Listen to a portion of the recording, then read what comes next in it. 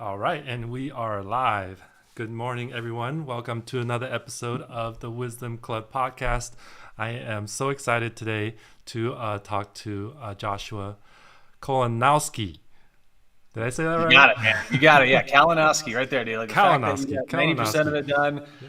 It took Yeah. me 15 years to figure out how to say my last name, and let alone spell it. So, And so that's it's Russian. What the background is that? Is that so your it's last name? Polish. Yeah, Polish. it's Polish. So the SKI on the very end of it is kind of the giveaway there. So yeah, I'm Polish, but I've got a little bit of German in me as well too. My mom's last name was Venema, so yeah, a little Polish German. Polish German. Excellent. Excellent. That's Yeah. great genes you got. I hope so. I will tell you, it doesn't. It's not good for the tan. I will tell you that. So neither of those genetics are good when it comes to natural tan color in your skin. So pretty white for sure. Yeah. Well, you look fantastic, and I want to just take a moment to appreciate you for taking the time to come out here and sharing your wealth of knowledge and experience in life and in business. And so, for the audience out there, would you mind just kind of give us a quick rundown, of your background and where you are and all that good stuff? You bet, my man. Well, it's a pleasure to be on here. Thanks for having me, brother. It's always good to see you. Yeah, so Josh Kalinowski, I own a number of businesses. I'm kind of a philanthropist out here in Wyoming. Prior to that, though, I did have an opportunity to chase my dream, which was to become a professional athlete. Played baseball for a number of years throughout the minor league systems. I had an opportunity to play with the Colorado Rockies and one spring training with the Boston Red Sox. And unfortunately, abruptly at the age of 26, my career came to a screeching halt. I had a number of surgeries. And really, I mean, from then on, for about the next kind of 13 years, I was really lost trying to figure out who I wanted to become. And I think a lot of people that are in the real estate industry, which is one of the industries that I'm a part of, we end up getting into real estate because it was a second game plan, right, as plan B for us. Very rarely do I meet people that knew right away that they wanted to get into the purchasing and selling of homes, whether it's residential or on the commercial side of things. And so for me, it was all about plan B, and it wasn't something I was extremely excited about. My father was a builder, and I knew for one thing is that I did not want to pound nails the rest of my life. And so I got to be on the other side of it, which was selling properties. I wanted to kind of be an architect, but I didn't want to go to school for 8 years. So I got to help design properties and new builds for him very early on in my career. And then from there, I live in an economy in Wyoming where it's very boom and bust. We're very oil and gas energy sector here in Wyoming. And so as you can tell, when oil is at a premium, things are really well. When oil is not at a premium, things are not very well here. And so it seems like we're always on a cycle about every 5 to 7 years of going from a great economy to a very, really challenging economy. And I went through that too many times where I said, I got to diversify. And so because of that, I started looking at real estate and what were the other ancillary companies that I could create that would give us a cushion so that we'd have consistency no matter what the economy was. So because of that, we've opened up a property management company. We've got a roofing company. We've got a media company. And then as I've developed all of those companies, I've continued to do some coaching and speaking and mentoring.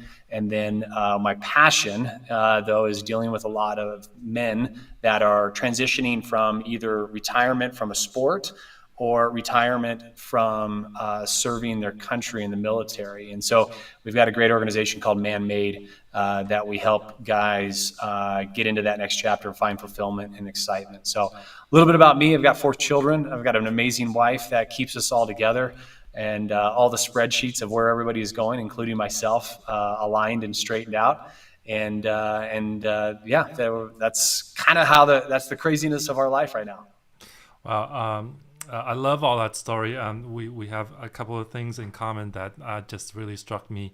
And number one is that it's a very common theme for athletes. Great. I mean, and you look like a baseball player too, by the way. You're like just the way that you're kind of built. And but inevitably, injuries are always going to happen, right? Whether you're still active, playing in the game, or not. It seems like a common repeatable thing until you're injured enough that you can't actually, play at a high level anymore. And that's, I don't know if all the athletes plan for that. Was that was that something that you planned, or like, because when you're a high level playing athlete, you're like all in. You're not thinking about plan B. You're thinking like, yeah, I'm going to do this at the highest level possible, and I'm going to, be the best. So what was that like for you? Yeah, I would say I was exactly that way. I didn't have a plan B. In fact, really when you're growing up, a lot of the times you're talking about, if you do have a plan B, then you're distracted and then you're not going all in, and whatever that is, that is what your passion is. And, from a very early age, growing up in Wyoming, I was a pretty big fish in a very small pond. And so I had the opportunity to really play a lot of sports and be very good at it as well, too. And so, my hero growing up was Bo Jackson. I wanted to be a multi-sport athlete. I wanted to be a professional football player and baseball player. And then, of course, as I got older and I realized some of the limitations, such as the fact that I'm 6'2", not 6'4", I was 190 pounds, not 230 pounds. I couldn't be that quarterback, but I most certainly could be that pitcher. I was a left-handed pitcher. Got drafted out of high school, and I was like, okay, like this is kind of like my destiny. This is what I was made for, right? And I'm a man of faith, and so I also believe that God had a plan for me as well. And having my folks be men and women, parents of faith, they kind of poured that into me as well too. Like, God's got a great plan for you, and this is obviously something that you're talented in, and I think God's going to use you to do great things through this, right? And so my whole mentality was, this is what I was going to do for my entire career, right? I mean, I had the vision already. Like, I had a vision board in my mind before I even knew what a vision board was. And so I already knew that I was going to retire from baseball. I was going to retire in San Diego on a golf course with the 4 kiddos, playing golf, coaching baseball at the age of 41 years old. I mean, that literally was my plan. And of course, at the age of 26, it all came crashing down, in which, unfortunately, what we end up finding ourselves, and Leo, I think you hit this really well on the nail on the coffin on this, is that we wrap everything into that identity. I was a baseball player. I wasn't Josh. In fact, I was either J-Cal or Ski or JK or any of these other nicknames that we get along the way. And so my entire identity was wrapped into a jersey and a platform. And when that jersey came off, so did everything that I had built. So did all my confidence. So did all the things that I thought I was. And so I really had to find who I was again. I had to, because I was a shell of a man. And it took me many years to actually kind of discover, one, that I could still have a purpose, 2, that I still could be on a mission, and 3, that I could actually still find fulfillment, because that all went out the window once the jersey came off. Yeah. I also worked, so a little bit of the athlete in me when I was growing up in my teens. I rode, BMX bikes and did a lot of the freestyle and what now became the X Games. At that time, there was no X Games. And so I did all that stuff throughout, my high school years and all that stuff. But once I moved to a different county and went to college, all that stuff kind of stopped. I couldn't be this grown man riding a BMX bike, which, for a lot of people, they continue on and went professional and things like that.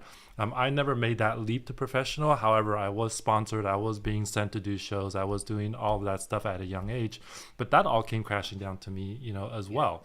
And all that physical exertion and an activity that you're used to on a daily basis suddenly had to come to a screeching halt, especially I remember sometimes when I was injured, like if I couldn't ride for a week, like that was torture.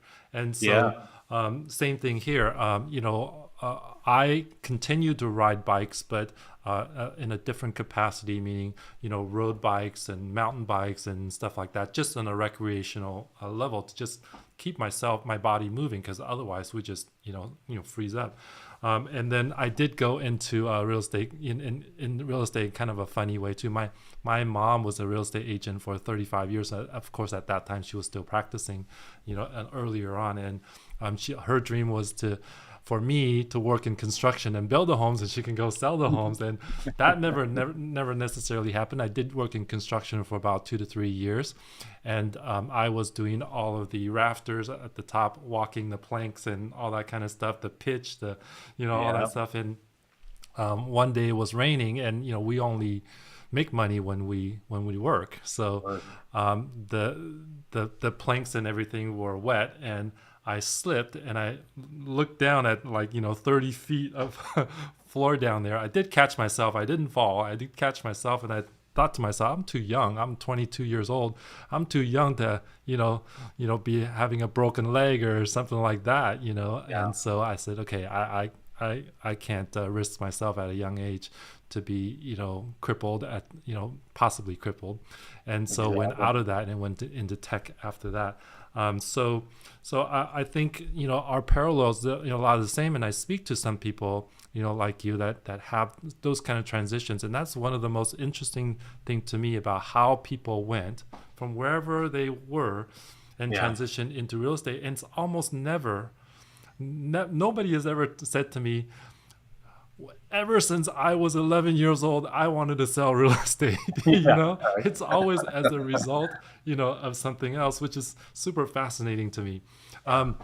I want to I want to ask you a little bit more about, Wyoming, because it's not a part of the country that a lot of people know a lot about, Right. and, we know some of those states, we know from shows like, what is Yellowstone. Yellowstone, right?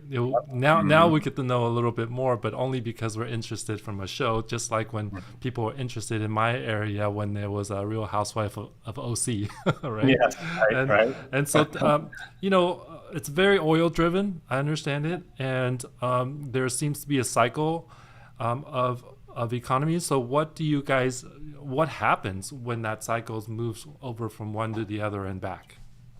Yeah, over the years we've evolved, which has been great. Back in the early '80s when we first moved here, a huge refinery called Amoco actually moved out, and that was actually just devastating. We had vehicles left on the side of the street. We had massive amounts of foreclosures that were going on. People would go to the airport, leave the keys of the car in their truck, and then they would just never come back. Mm. Right. So there was a lot of devastation that we've experienced over the years because of that. We got obviously we have a harsh climate as well too. We get all 4 seasons. We happen to get winter for the majority of it seems. Right now we're still in it again, so we've got some pretty hardy people in that aspect. But we've also once again diversified, and so as much as we are in an energy state, we've also become very highly medical as well too. It's a great area for entrepreneurs. So we've started to see that as well too. One of the things that I think Wyoming has done a fantastic job is really taking the natural resources that we have, which is the mountains and the lakes and the rivers and the outdoors and all the BLM, which is the Bureau of Land Reclamation. So you actually have all of this open land and properties that you can go to, all of the national parks, camping, hunting, fishing, all of that. And so we've really diversified ourselves so that we have more of that type of quality of life that people are looking for. I can be home from my office within 10 minutes. Any time of the day, no matter what, even during rush hour traffic, which is not, obviously you can imagine, not very much. So like just those types of things where when you're in a bigger city, you don't get. Now, of course, are there a lot of things that we miss, like opportunities? We don't have we don't have a big sports franchise here. We don't have all this shopping that you would have where you're at. We don't have all of the restaurants. So there are certain things that you obviously sacrifice, but I think at the end of the day, you also get such a great quality of life as well too. And especially for us, we're raising family. We have 2 boys and 2 girls that we're trying to raise in a really great environment where we don't have to worry about somebody getting shot. We don't have to worry about school districts and the challenges that you do face in bigger cities as well too. Those types of problems don't really exist too much where we're at. And so one of the great things, once again, is that with the diversity of all of that, it's also given us a great opportunity to grow the businesses that we have as well too. And so for me to be able to have the amount of real estate that we have, to be able to have the amount of companies and businesses that we have, I really feel like Wyoming has uniquely allowed us to do that, especially as a young entrepreneur. Wow. I'm trying to picture myself because, here we live in such metro, city, and we're very, our focus and concentration has to be, around so many people that are around us, the traffic, how do we get here, how do we get there, or the schools, and all the things that are more man-made. I have traveled a lot in terms of hiking and backpacking, and going to mountains and things like that for the last probably 15 plus years. And so I really appreciate nature. And so you step outside your door, it's you're more connected to the land and to the mountains and to your environment, especially like you said, there's 4 seasons, where here we have kind of the opposite. We don't have the seasons as much. We have a little bit of rain, and if it rains for more than 3 days, I say, hey, something is really seriously wrong, here. And even when we say rain here, I lived in Hawaii for a few years, the only other place that I ever lived, and that's what we call rain. Like it'll rain for like 4 days, like literally nonstop.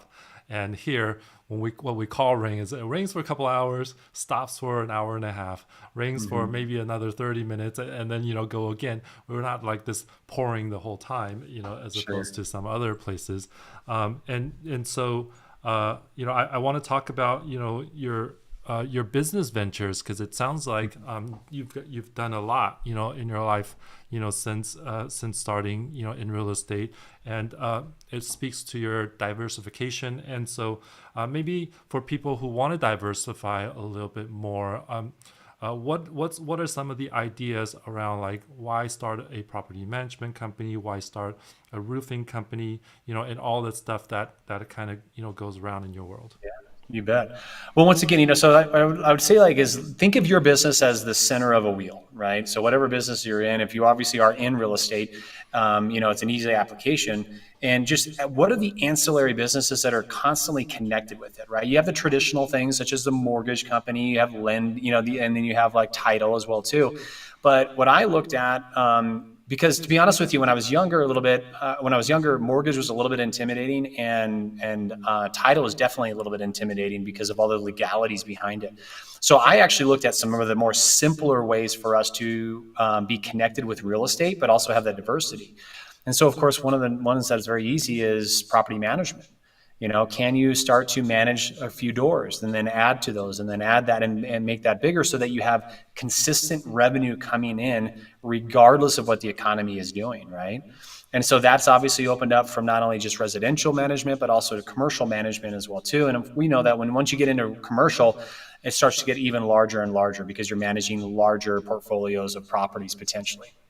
And then the roofing thing was actually really great because we had an opportunity. My father was a builder, and I kind of always told my dad, it's like, listen, we got to get into roofing because I sell real estate, and I can't tell you how many roofs are needing to either get repaired or replaced every single year just within our company. That would be great diversity as well too. And so we had an awesome opportunity to grow that.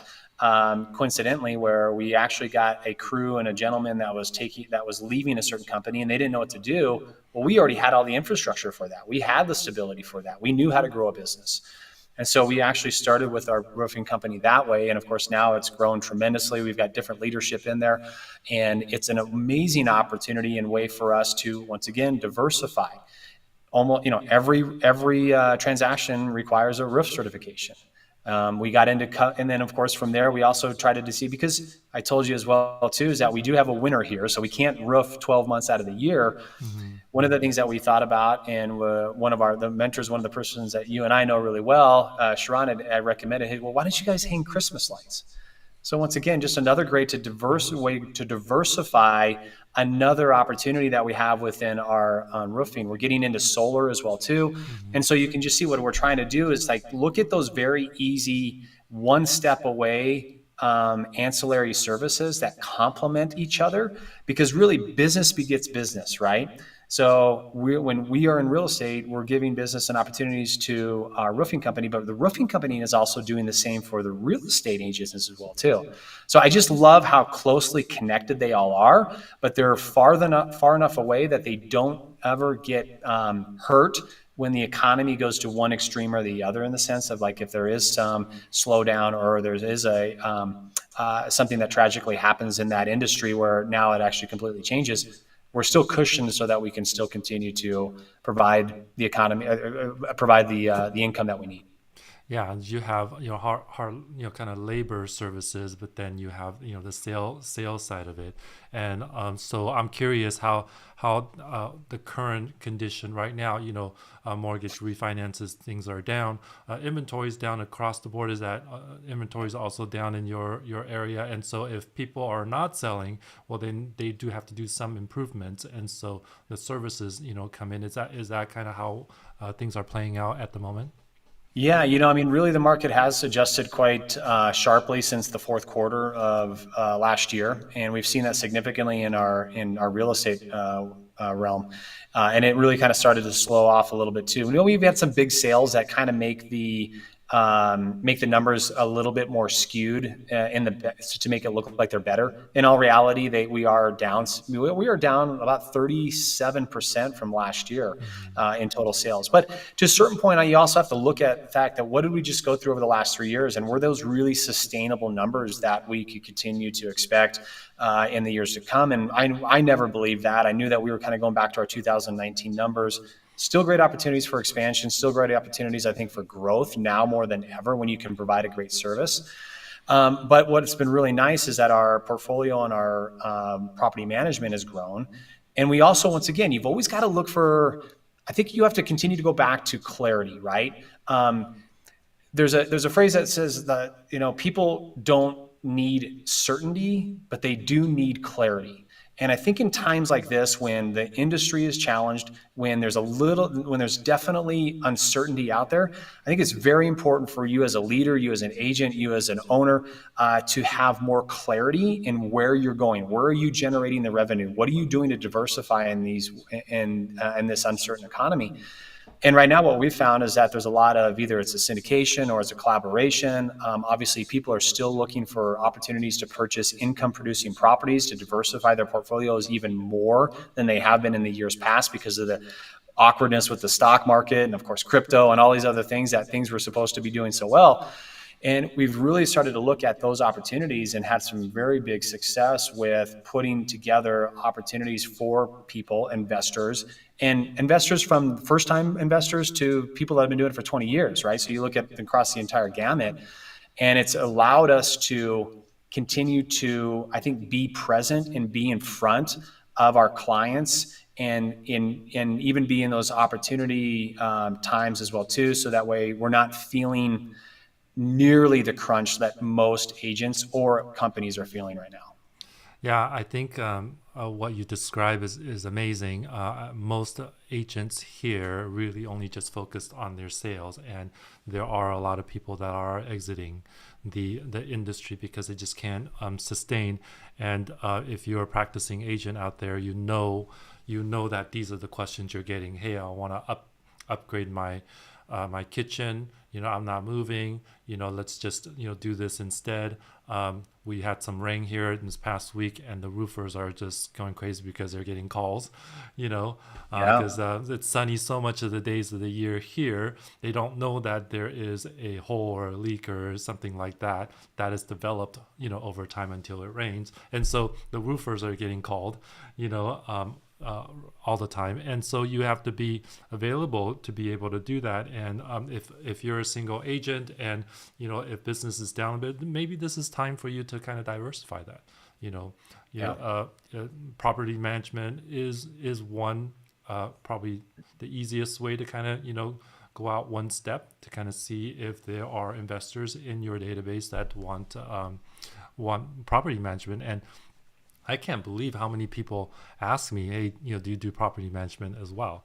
Mm-hmm. And so I say, I personally don't, but I will have someone come and take care of you, and it's well vetted, and good partners are of ours to make sure you take care of that. So at the very least, you want to keep that connection if they're asking you that. And thank you for really sharing that with people, because I think it's a lot. It's a thing that a lot of people don't consider, just because they're just trying to just do one thing. Yeah. You mentioned something that I'm passionate about is coaching. Mm-hmm. Tell me more about that, and kind of your experience, and what you're seeing out there with people that you're helping. and what some of our audience could maybe take value from your experience of coaching and helping men. Yeah, you bet. Well, I think there's obviously different evolutions of what coaching can look like. Transitioning from coaching to mentoring, I think, is something very important to really realize where you're at in life. But just to really simplify it, I would say this is that, when you were younger, you had teachers, right? We went to school because we needed to get information, right? If you were an athlete, then you had coaches that had been there before and done that, and they had the routines and they had the knowledge and they had the wisdom. And then, of course, obviously, if you go to college, you're going and you're talking to professors, right? And so every step of the way, when you're maturing into a woman or to a man, you are getting advice and you're getting people that you've begun to trust help you get to that next level of success, right? And for one reason or another, and I did it myself, right? When we get into our career or we get into that chosen path, we forget how important a coach is. We forget how important the people that we associate is. We forget how important potentially getting a mentor is. And, when you are stuck or when you're into this routine of, man, I just can't seem to break through some limiting beliefs. I can't break through the financial ceiling that I have just been stuck at for the last 3 years. Well, it's not because you're not willing to do the work most of the time. It's because you don't really even know what you don't know. And so the opportunity the way that I talk about it is the opportunity to sit at the feet of somebody else is absolutely priceless. And I think that people need to be able to, and you've noticed that those that are successful out there, they're not afraid to do that. They're not afraid to spend money to invest in themselves. And one of the things that's always been kind of interesting to me is to see the lack of people's ability to actually pay the financial cost to surround themselves with the right people. Right? Yeah, and sometimes they're not very expensive. We're No. talking about like, maybe $300 to go to a mastermind of 50 people, 20 people, or go, and some of them are free too. You can go to some free seminars that you just sure you want to learn something from the speakers, but just surround yourself, and you never know who you're gonna meet. Some of my best friends and mentors and supporters are from those very short 5-minute conversations about like, oh, what do you do, where are you from, and things like that, and just strike up a conversation. So I'm a big believer in that. We're both have been athletes to a certain degree. Like, can you imagine not having a coach, not having Yeah. a pitching coach, not having a coach in the NBA basketball team? Like, that's just unheard of. Nowadays, Right. they have like 10 coaches for each discipline that that would structure that for you. That's the only way to do something at a very high level, if that's what your goal is, right? Yeah. Yeah. Yeah. And I think that once again, as you evolve in your maturity, as you evolve in your own wisdom that you're obtaining from not only maybe just doing the practicing of whatever it is, that whatever industry that you're in, but the other thing that I think is really important, one of the things I've noticed and that I am now very, very attentive in is the fact that I want to surround myself with, I want to invest in myself so that I can be around the right people, like the who, because they're the ones that will connect you to the next right person, right? It's not necessarily, I mean, obviously we're always gleaning wisdom, we're always learning, there's no doubt about that. But when you can start to be around the people that will open doors and open opportunities for you for that next level of success, that itself right there is worth its weight in gold. And I see, once again, a lot of people are not willing to pay that price in order for those things to happen. And of course, obviously, when you can't pay the price and you choose not to pay the price, then it's left with a lot of negativity. It's left with envy. It's a lot of all of these emotions that we're all trying not to have. That's what ends up happening for those that are not willing to invest in themselves when it either comes to a coach or a mentor. Yeah, a good friend of ours, Sharon Srivatsa, says, transformations don't happen in isolation, right? Yeah. And we all want to be surrounded with good people, but we can be afraid. I know for myself, I grew up, with this mentality of like, put your head down, do your own thing, grind it out, and Yeah. work, and it can only really get you so far, because you have what you have, and when you have nothing is being inputted, you can't grow. So Well, And no plan survives first contact, right? So we can come up with the original plan, right? You're a smart enough individual. I'm a smart enough individual that I can come up with a plan about how I believe that this venture is going to be successful or this year is going to go. But when something comes and hits you in the face that's unexpected, or you have a setback and you don't have those right people next to you to be able to look outside the fishbowl and say, hey, have you thought of this angle, or have you thought about contacting this person, or what about this way of looking at it, right? That is where you actually make the changes. That is where you get exponential growth and you're able to break through a lot of these things that are holding you down. Yeah. So, would you say to people like, hey, if a younger person or somebody who's stuck, or they're they want to move forward in their life, or maybe they have something that's causing them some anxiety or depression that causes them to be stuck, and they want to grow, have more, lean on people with wisdom such as yourself, what would you say to someone who is kind of in that kind of mentality at the moment? Yeah, you bet. Well, I would say first and foremost, just like you said, you don't necessarily have to pay for that expertise right away. What I would do is I'd identify, like, who are the 3 or 4 people that you absolutely respect, that you admire, that you love what they do, that they represent everything that you want to become potentially, right? And I would have a conversation with them. I'd take them out to lunch. I'd take them out to coffee, and I would just sit at their feet. I would ask them questions, and then eventually I would ask them if they were comfortable with it, if I could take them out once a month for coffee, just so that I could glean wisdom from them, that I had a number of questions, and would they be open to to mentoring me, right? So you can start easily like that. Or if you are in that position where you can financially commit to that investment in your life, is obviously I would just start looking out there. Who are the coaches that are out there that seem to be recognized a lot? Who are the people that that could open up that door to talk to that person that potentially would have that coach? I mean, the reason why, we talk about Sharon, the reason I met Sharon is because I was connected with him through somebody else, right? And I was looking for another mentor in my life at that time. And so I would say that you're probably only 1 or 2 connections away from meeting that individual that can be that person for you. So I would just start asking those questions, start doing the research, and trying to figure out exactly what you're looking for in a mentor. Yeah, there's so much wisdom in that, and we naturally have a lot of resistance, to that. I'm reading this book. It's called Tools, and it's they made a movie about the guy that had wrote this book. I don't know if you heard of it, but one of the things that they started talking about, very simply, is that to be highly functional people, we have to start with the basics. And the basics really are eat well, sleep well. But the third thing that we always tend to forget is your relationships, right? Yeah. They all complement each other. And by doing those 3 things in a positive way, you're what he calls a life force, and this gets a little spiritual because, same thing, when we go to church, when we pray, we are in a company of other people that care about us, that we care about them, our life force, we can literally feel it. Like, Yeah. we feel more energized, from that.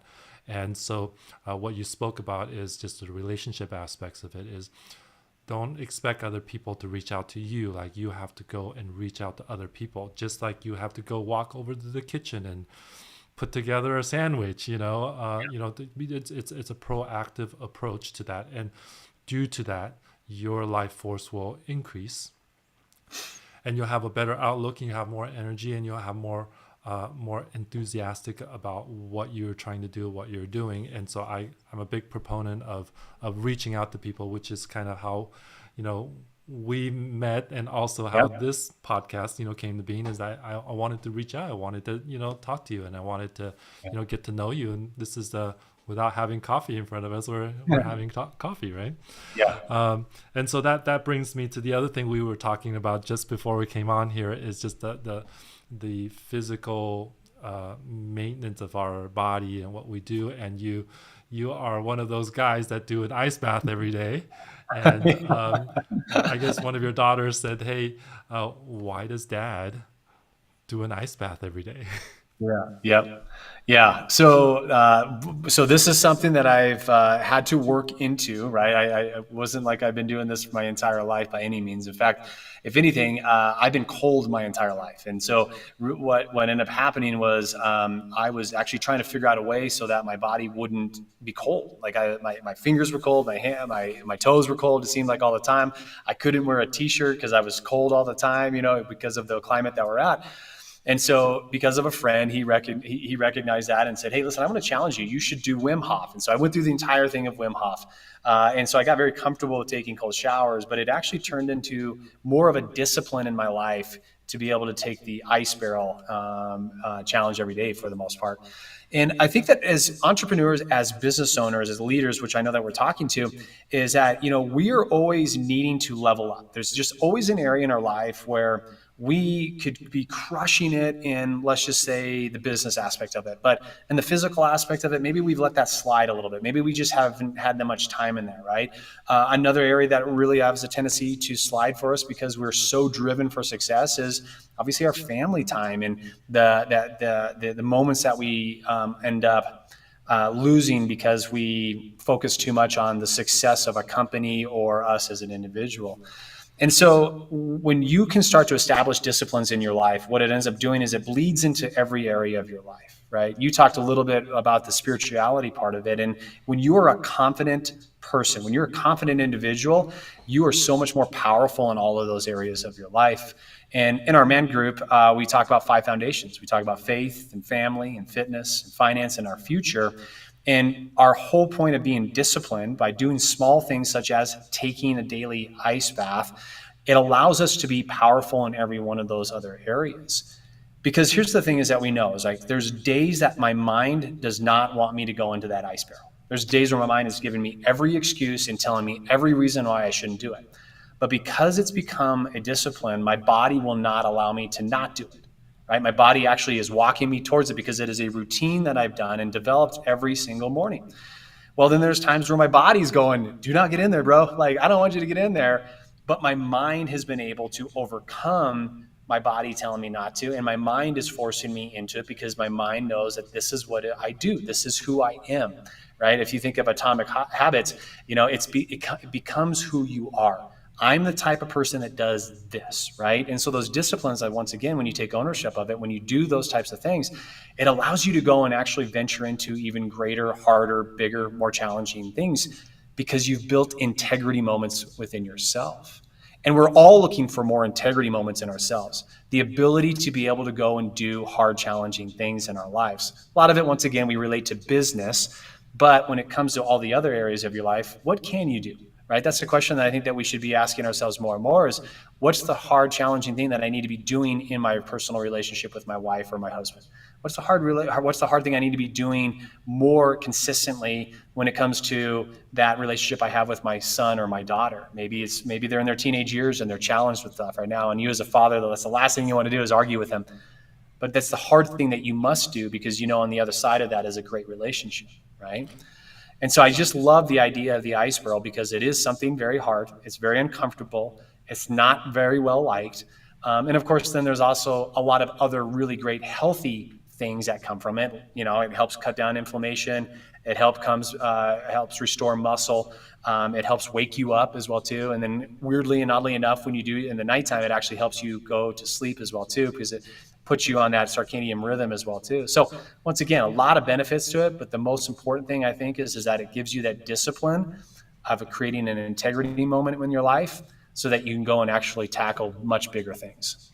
Yeah, so one is a habit that once you start, you have a momentum of keep doing it even though it's extremely hard. Mm-hmm. I noticed that I do yoga every single morning, and it's a similar kind of thing. And my health has gotten tremendously better because of that, and my range of motion and my energy, all that kind of stuff. And but I know if I miss one day, that the second day be very difficult. I can feel the resistance of not wanting to get back on the train. So, and small habits, really helps in anything that you do. And I think that's what you're speaking to is number one, and number two is thinking about like why is that hard for me? like, because what's hard for you might be easy for someone else. And at the very least, question why that's hard for you, and if it's something that you really want to overcome to make yourself a better person or do better things. Maybe that's a challenge that you need to give yourself. So not all of us may want to or care about an ice bath, but it could be something else challenging. For many agents out there, I know, very difficult for them to pick up the phone and prospect and reach out again. It seems like we have this fear of what somebody else on the other end might say or think about us or something like that. When we get to realize that everybody is the same, and if we treat them with respect, they will treat us with respect back, and then who knows what may come of it. And it's the same thing with surrounding ourselves with good people. I'm curious, what have you noticed, and I don't know how long you've been doing the ice bath, but what have you noticed the changes in you kind of at a more macro level with doing it over time? Yeah, I think once again, I think the fact that as challenging as the ice barrel has been in the past, it's actually pretty easy for me to do it. I mean, yeah, once again, there are moments and times where it's super cold. Like today was 35 degrees. That is extraordinarily cold. It's like pins and needles. It does not feel comfortable. But because it is a habit, as you said, it's something that's easily done for me. So what it allows me to do is actually tackle on and do bigger things and even more challenging. I think the other thing too, that I think that as an entrepreneur, as a competitor, which once again, all of us are competitors, right? And the reason why we're successful is because we love to compete. A lot of times it's between ourselves, but sometimes it's against other people too, right? You want to be number one in your marketplace, all right? Or you want to be the largest team, and you're competing against somebody, right? And so I think when it comes to that, it allows us to compete at a different level. And when people know that that's what you do, it helps them level up as well too. Or they have this other, like, man, if he's that disciplined to do that, or she's that disciplined to do that, then I guarantee you she's really disciplined in those other areas, or she's really disciplined in this thing. And so that level of respect, I think, really starts to grow more for those people that you do surround yourself with. And of course, obviously, we're all trying to build more authority in our space as well, right? So I think by doing these hard things, by allowing other people to be a part of that and letting them know that you do these things, if you're going to go run a marathon, if you're going to be an Ironman, if you do hard things, people respect that, and then they end up respecting you, and you have a little bit more authority in their world, which once again is a beautiful thing, because that means that you can actually make impact as well.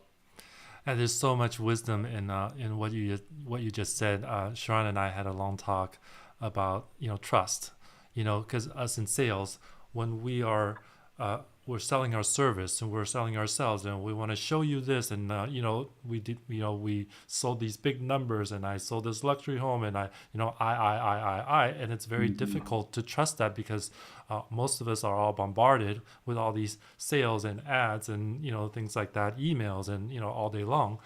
And one of the things we talked about was trust.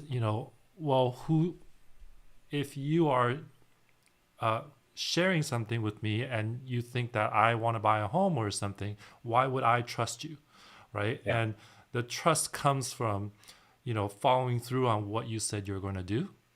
Yeah. And doing it, and if you said you're going to send a CMA to your client, that you actually do it. And this can permeate to all levels of work. If we say we're going to show up at such and such time for open house, we show up even if nobody else is there. That you're accountable, and that builds trust. And so one of the tactics, and I'll share this, that I use, that I work extremely well for really good reasons, is that in order, it wasn't that long ago, we were all competing with 20, 30, 40 offers to a house, right? Yeah. And so when I walk into a home and showing my clients, a lot of times the seller's agents are there. And my clients would go off on their own, looking at houses and stuff, looking at the rooms, looking at the yard, and I'll just beeline right to the seller's agent and say, hey, so how's it going? I've seen you around. Congrats on the on this home. Tell me a little bit about it. Oh, and they seem to really, at the end that they seem to really like it.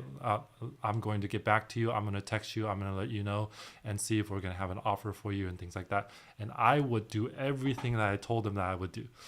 As soon as we are off the showing, I text them and say, thank you so much. Thank you for being there. Thank you for opening the door for us, Yeah. and leave it that. And then give them an update a couple hours later, say, hey, here's what we're talking about. I'm going to let you know when my clients, have any questions about the home before we make an offer. And just that part, I can't tell you how many, homes we won for our clients by being accountable to the seller's agent. Yeah. Yeah. you know 100%. and that has been tremendous success in an extremely competitive market where we have Yeah. other agents. They walk in, they're looking at the homes, they don't say hi, they're completely disengaged, from the seller's agent, who's going to be in control of whether or Yep. not your clients are going to get this home or not. Yeah. And so Yep. that's it. That's how we build trust, is by being engaged, doing what you say you're going to do, and then just following up and sharing your thoughts. So I just couldn't say enough about that, about how we do that. And now we need to do that even more so than ever, because not only that the market has shifted a lot, but also, people are very hesitant. They're hesitant about, doing stuff, making big decisions. Yeah, you're seeing that a lot also.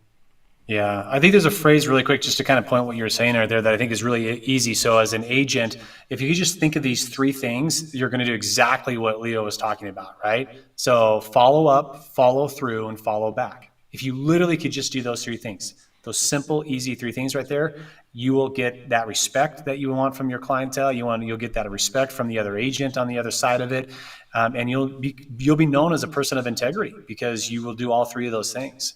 And so, just to real briefly, I think Leo, I think that's exactly what you're saying right there, and it's just a really easy way to remember that.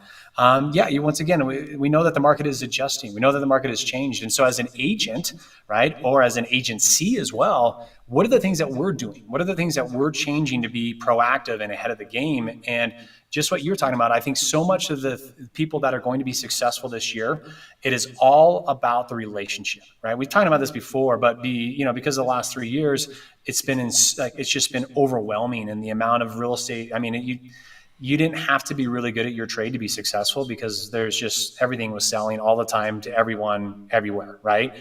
And now it's gotten back to, once again, relationship and skills based. And I know that you're very much aware of that, Leo. And one of the things that makes you continue to be successful in it is because you continue to do those two things. But as an agent right now, if you are not getting momentum, if you are not seeing the fruits of all of the things that you maybe did in the past, is I just would really evaluate, are you building those relationships? And then are you actually building your skills right now so that people know that you do have the authority in this space? Yeah, and skills could mean, many different things. And Yeah. if you're accountable, that is a skill, in itself, and people, feel that they trust you. But also skills to make sure that everything is organized, in a way. If you're doing showings and you're unorganized and you're showing up different places and not able to get in and all that kind of stuff, it's very difficult for people to trust you. And those skills need to be just, on point every single time. So thank you Yeah. so much. Well, I have just very much enjoyed, all the things that you have to say. You're an amazing, amazing coach. I would love for people to just to get as much wisdom as they can from you, and a great leader for the people that you're surrounded with. And thank you so much for again for being on here. And as per tradition, you have a quote that you like to share with the world, and let us know what that is and how that what that means to you. You bet, my man. Leo, it has been a pleasure. It is always great. It's interesting being on the other side of the mic with you, because when you were speaking with our group, you brought a tremendous amount of wisdom, and it was just amazing to have you sharing your insights and not only the industry, but also what it takes to be successful too. So very much appreciate your time, brother. Yeah, so the quote I've kind of chosen for the audience here is because of everything that's kind of going on in our industry is, I think if you can come back to this, and once again, it just kind of opens up exactly what you could be doing, but be in demand, not on demand. Be in demand, not on demand. And as we know, over the last couple of years, agents, and one of the reasons why there was so much burnout is because agents were just on demand all the time. And, depending on how successful you are in your business, it becomes overwhelming 7 days a week, 24 hours a day. We don't know how to shut the phone off. We don't know how to we don't know how to say no. Right. And so we don't know how to prioritize the things that are really the priorities. Right.